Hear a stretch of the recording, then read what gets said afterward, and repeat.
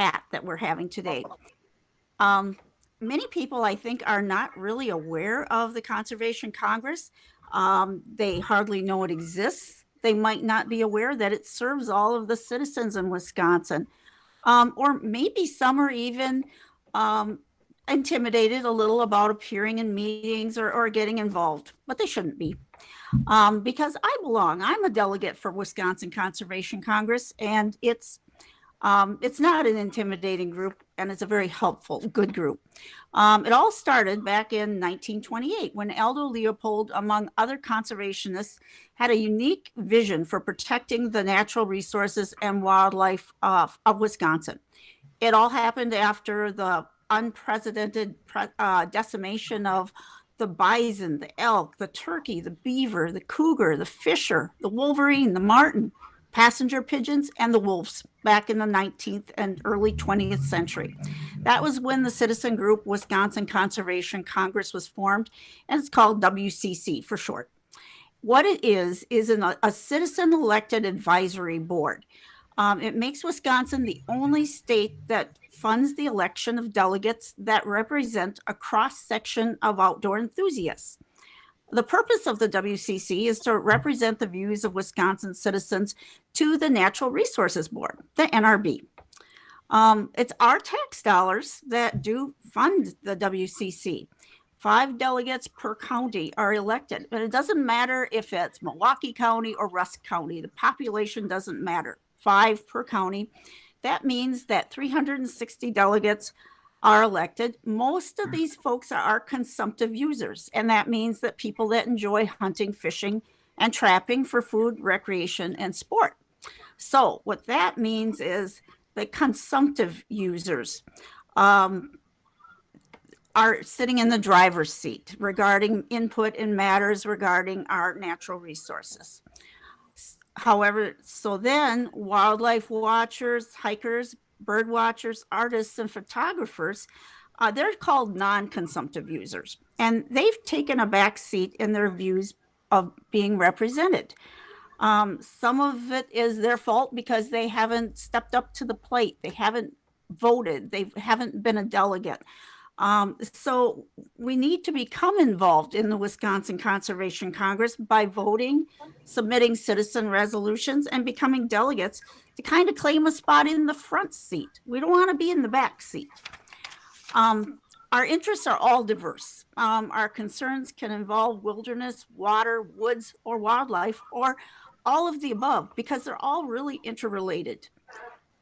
We all seek some legislative attention regarding our concerns. 95% of the population of this country are non-hunters. However, when I watch the campaign ads, I'm more likely to see candidates with a gun slung over their shoulder, stalking game, and carrying a camera or binoculars. I'd like to see somebody, the candidates looking like they're involved with our natural resources and concerned about them, other than, by carrying a camera or binoculars. So we have the opportunity to kind of get behind the wheel here, to get away from the back seat, and to steer the discourse toward environmental concerns. We need our legislators to take notice of the non-consumptive users also, and of our concerns. It will take our voices, our votes, and our presence to accomplish this. The public forum for our collective voices to be heard is the WCC. We need to change the complexion of the WCC to facilitate this. I am a delegate. I do have to say I am a delegate for the WCC representing my county. However, my views are mine alone and might not necessarily reflect all of the views of the WCC. And having said that, I would like to hand this discussion over to Nandita. She'll give you information on how to vote. Thank you, Nandita. Thank you. Thank you so much, Diane. So in response to the ongoing pandemic that we're experiencing, voting for the Conservation Congress is going to be online this year. The poll will be available for voting starting today at 7 p.m. and it'll be open for the next 72 hours. So that means that it'll close on April 16th at 7 p.m. I'm going to show you now how you can go about accessing that poll. So I'll present my screen.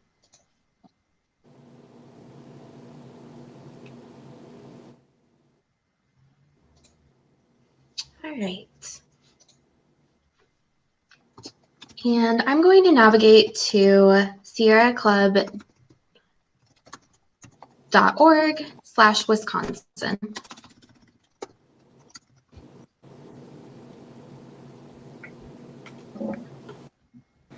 Once I do that, I'm brought to the Sierra Club John Muir chapter. From here, this should be a familiar page. We're brought to the home. In a little bit later today, there will be a picture here that can guide you to a link to the poll. But for now, what we can do is if we come to Newsroom, we can click on Blog.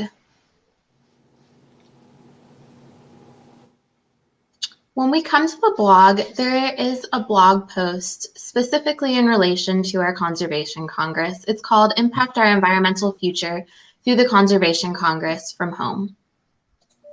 I'll go ahead and click on that.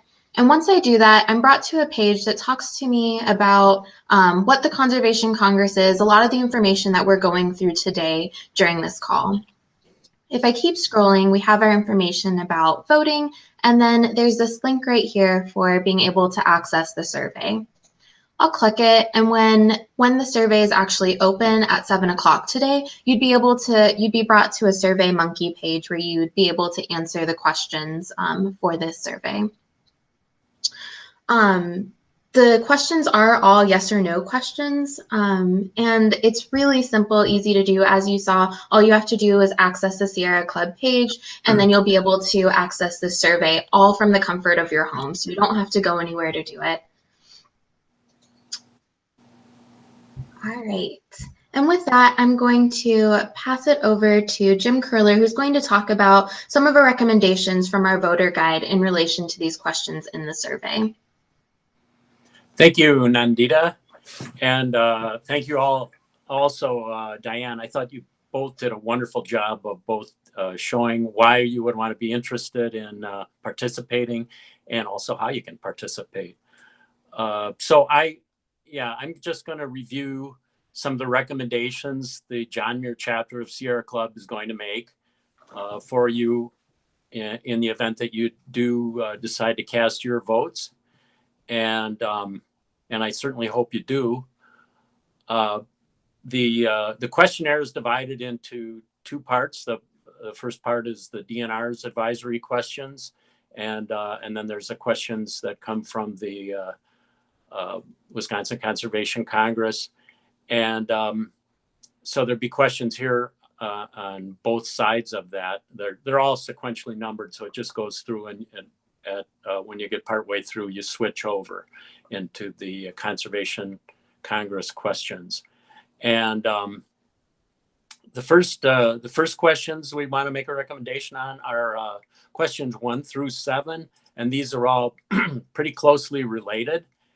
They have to do with the use of non-toxic ammunition, shot or bullets. A shot for a shotgun or bullets in a rifle or other firearm. And the reason they're asking these questions is that there's a lot of evidence and studies have shown that wildlife that may either be wounded by a lead-based firearm, a lead-based shot or bullet, is even if it might survive, it could be poisoned by the lead in its system. Wildlife can consume dead wildlife or even just entrails that are left behind by a hunter in the woods. There may be lead in that, and other wildlife can consume that and become infected by it or have bad health effects. And it goes right up the food chain into predators, and the predators are the ones that probably end up with the most of it because they're consuming other animals and animal flesh that might have lead in it. So question number 1 has to do with non-toxic shot on all state-owned or managed properties. and we recommend you vote yes. We recommend you vote yes for all of these. So that's where you're hunting on state land. The next one is recommends using non-toxic bullets and shotgun slugs on state-owned land, except for shooting ranges, which don't really have an intersection with wildlife. So there also we recommend yes. The next one is for non-toxic shock for hunting of doves, and the next few are just basically looking at different. I guess because they feel that hunters may feel it's less critical for some wildlife than others to use non-toxic shot. So that one, the number 3 is for doves. Number 4 is for pheasants on state managed properties. Number 5 is for wild turkeys on state properties. Number 6 is for ruffed grouse on state owned and managed properties. And number 7 is non-toxic shock and ammunition for small game animals in general on all state owned and managed properties. So again, all 7 of those, we would recommend that you vote yes and take a more restrictive.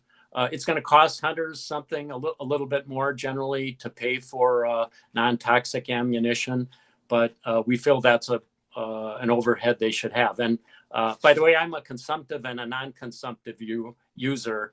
I've been a hunter for over 50 years, and I'm also a bird watcher and a fisherman, and a camper, and do all the other things that many Sierra Club members like to do in the outdoors. So I agree that we should have the non-consumptive users have a strong voice in this, as well as the hunters and the fishermen and the trappers, because they make a point of attending these hearings and casting their votes.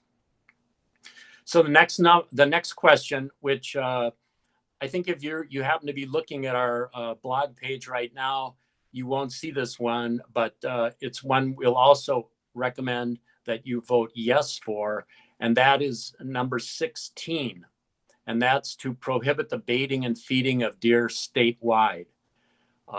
And we feel this is an important one for the Sierra Club to be in favor of this prohibition, because the baiting and feeding of deer is seen as one major way that chronic wasting disease passes from deer to deer in the state deer herd. And ultimately, it could pass to other animals like dairy cattle or to human beings from consuming wild meat. So the state was very slow in taking action to prohibit or to prevent CWD, chronic wasting disease, from spreading in the state. And this is something we can do to slow the spread. And unfortunately, a couple of legislators passed a law without, they ignored the science, they ignored the advice that wise people were giving, and they passed a law saying that, unless it's specific, unless you've got CWD already being tracked in your county, we're going to allow hunters to bait and feed deer. And that could be non-hunters too. So anyway, we want to prohibit baiting and feeding of deer statewide. Vote yes on number 16. And then after that, we skip down to question 20. And now we're in the we're in the Conservation Congress portion of the meeting. And actually, the next one is question number 19. But 19 and 20 both go together. And this may seem a little esoteric to non-hunters, but there's a policy that the state had in place for a while called Earn a Buck. And because hunters generally want to shoot a buck with big antlers, and that's just a thing in hunting. And I won't defend it or condemn it, but it's hunters like to get the one with a big rack of antlers on it. So because of CWD and other things, we have areas in the state where there's an overpopulation of deer, and we have a fear that both they'll be damaging to the ecology. And if you want to read about that, read Aldo Leopold's Thinking Like a Mountain. It's an essay he wrote. You can find it readily online. And it'll tell you why we don't want too many deer in the state. The insurance companies don't want too many deer in the state because their automobiles are constantly hitting deer to the tune of tens of thousands each year. So in order to reduce the population of deer in certain areas, we have had in the past what's called earn a buck, which says, okay, you hunters that want to shoot a buck, you can shoot a buck, but first you have to shoot a doe, which to reduce the deer population. And that may sound callous, but when you shoot a doe, that doe will likely have 2 fawns, maybe 3 in the spring, anywhere from 1 to 3 in the next spring. So you are taking action that will reduce that overpopulation of deer in that area. And so question number 19 would return authority that was again taken away by a couple of legislators that didn't care about the science and didn't care about the expert recommendations, didn't care about the wildlife biologists. They just wanted more deer, and they didn't want hunters to have to forego shooting a buck. So 19 has to do with returning the authority to let the DNR make the decision on offering an earn a buck season or requiring earn a buck in certain areas. And number 20 allows the CDAC, it's referred to, and it's the Citizen Deer Advisory Council. There's one of those in every county that has a deer hunt, and that was started about 3 or 4 years ago during the Walker administration, as maybe is one of the better things to come out of some of the moves they made. That they made a lot of bad moves during that period, but this one, it gets a group of hunters in each county that are part of this council involved in working with the DNR biologist and making a recommendation as to what they feel the community in that county would like as far as regulations affecting the deer herd.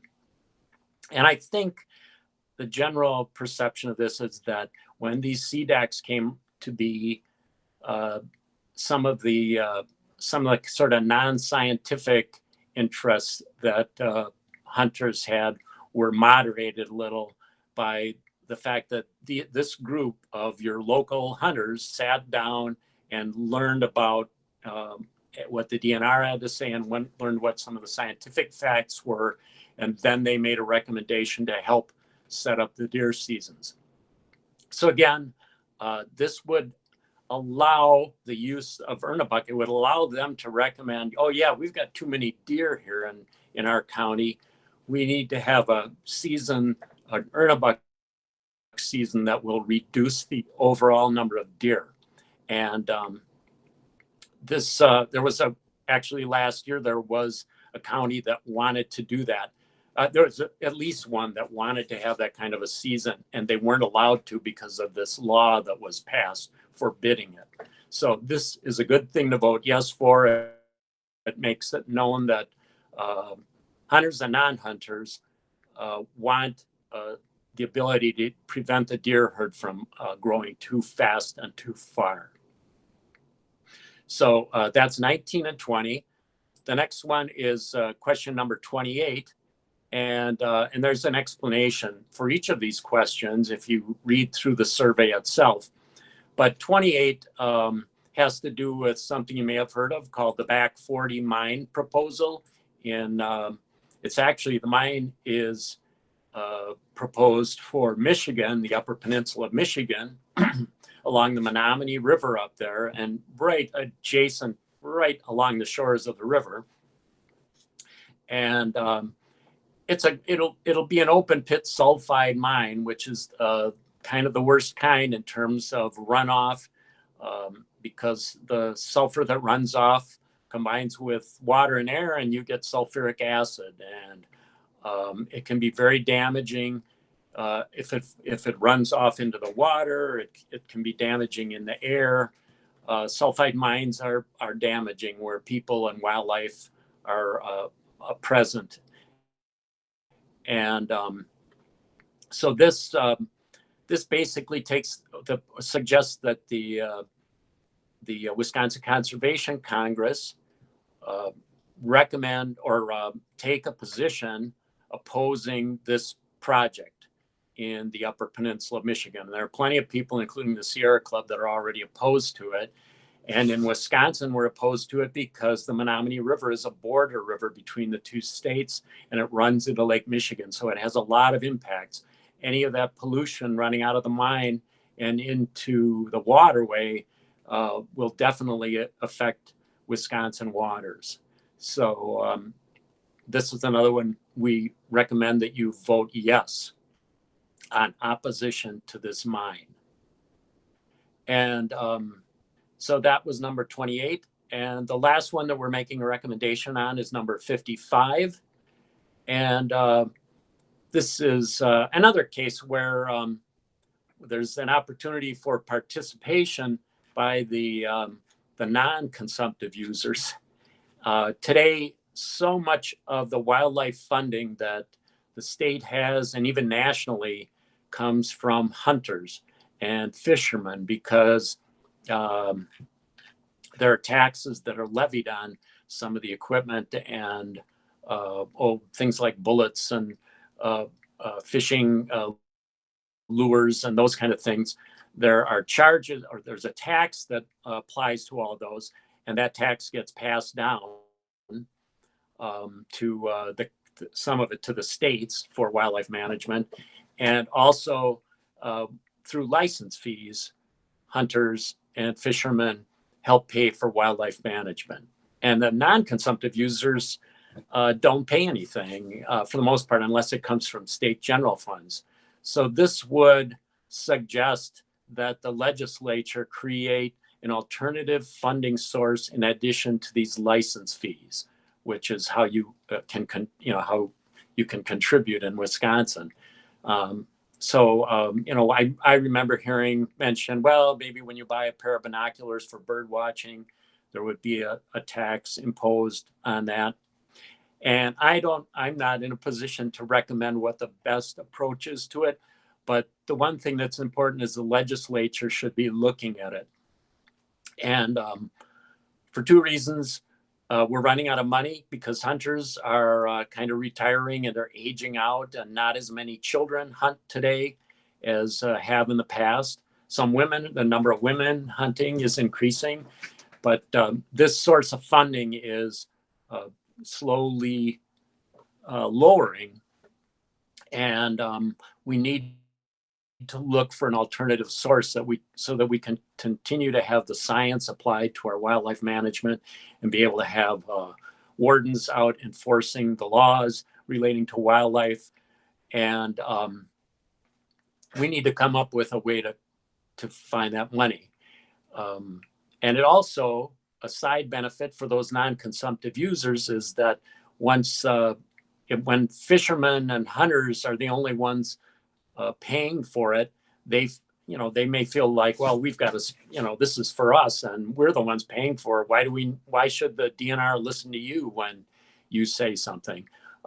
This gives you, if we can come up with this funding source that gets the rest of us to help pay towards wildlife management, then we have a better voice and a more of a reason to demand a say in how wildlife is managed. And maybe not everything has to be hunted. There's some kinds of hunting that I'm opposed to, even though other kinds I participate in. So on question number 55, we would recommend you vote yes, that you do favor an alternative funding source in addition to hunting license fees. So that's there's also, we're past the opportunity to submit our own resolutions. So I don't think we need to talk about that, but maybe that's something to keep in mind for next year. If in going through these different questions and answering the ones that you can, and maybe ignoring the ones that you don't feel like you can make a thoughtful answer to it. You can think about, next year, what things would I like the Conservation Congress to take up? And what would I like to have them vote on at next year's meetings and online, assuming it's going to be available online next year like it is this year. So that's just something to have in mind as you go through these various questions. And you may see other things on your own that you have a position to take as you read through them. And there's a whole bunch of them. So there's plenty to read through. And some of them are very esoteric and, a very limited scope. And I don't feel like you have to answer every question because it'll give you a headache and it may not be all that helpful to anybody.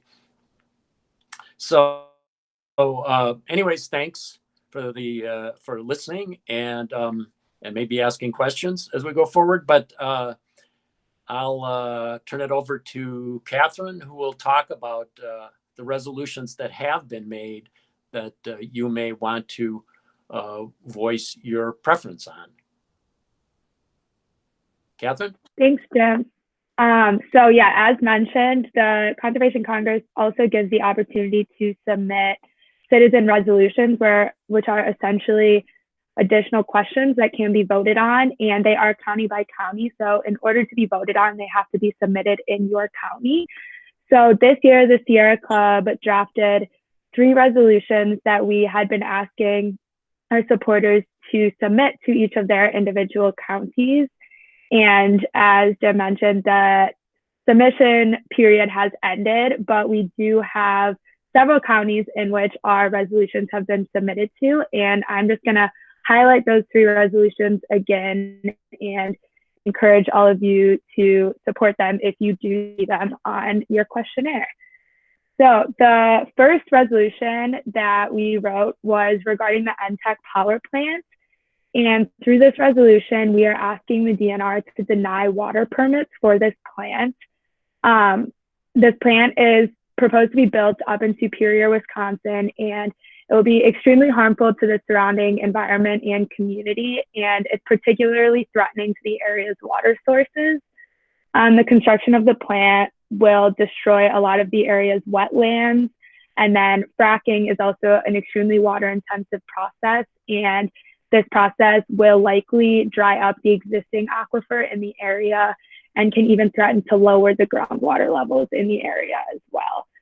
So the DNR's water permitting process is kind of the next step in the development of this plant and moving forward with it. So through this resolution, we are asking you to strongly encourage the DNR to deny the water permits for this plant. And then the second resolution that we wrote has to do with the Line 5 pipeline.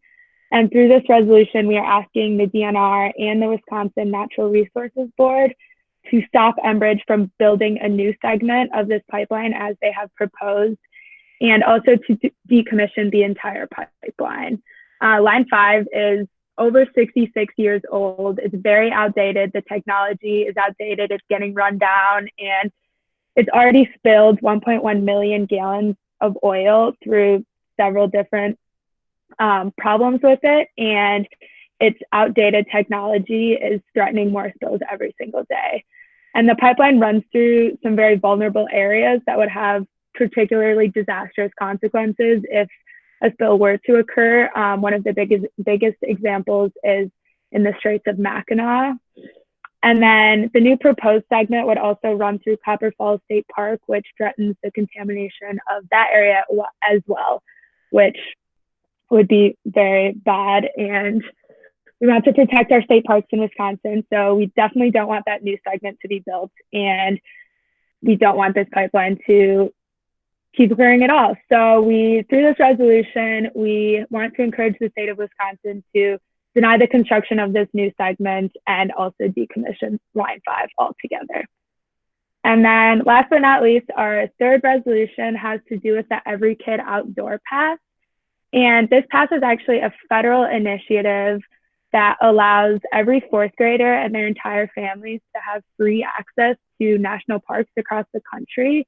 And in the last few years, some state parks have also, or state governments have also started accepting this pass in their state parks, which allows fourth graders and their families to get free access to state parks as well. And we are hoping that this initiative will be adopted in Wisconsin as well.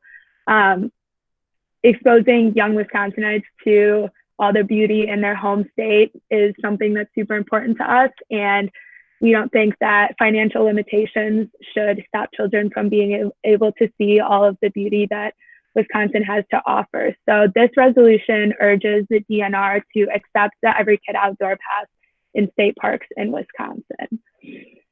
So in general, we think that all three of these resolutions highlight super important problems or issues that weren't necessarily addressed in the original questions on the questionnaire. So we did ask people to submit these to their home counties. And if you see these on your questionnaire, we really encourage you to support them. And we do have several counties that we believe they will be on the ballot for. So I'm going to read those out. If you live in these counties and will be voting from these counties, we really encourage you to keep an eye out for these resolutions.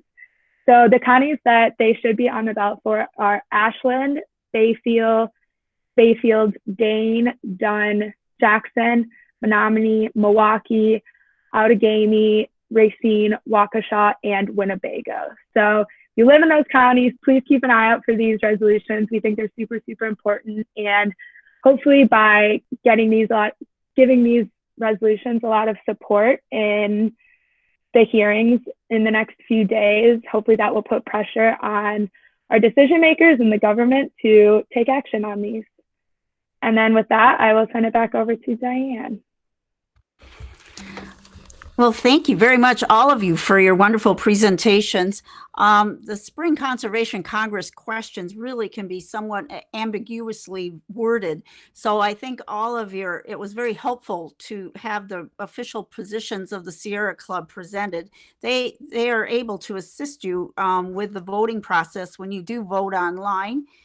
The Spring Conservation Congress hearing questions, you can find them online at dnrwisconsin.gov about WCC Spring Hearing. And I hope that we've encouraged all of you to vote and to consider the Sierra Club in your vote. Thank you very much. Bye.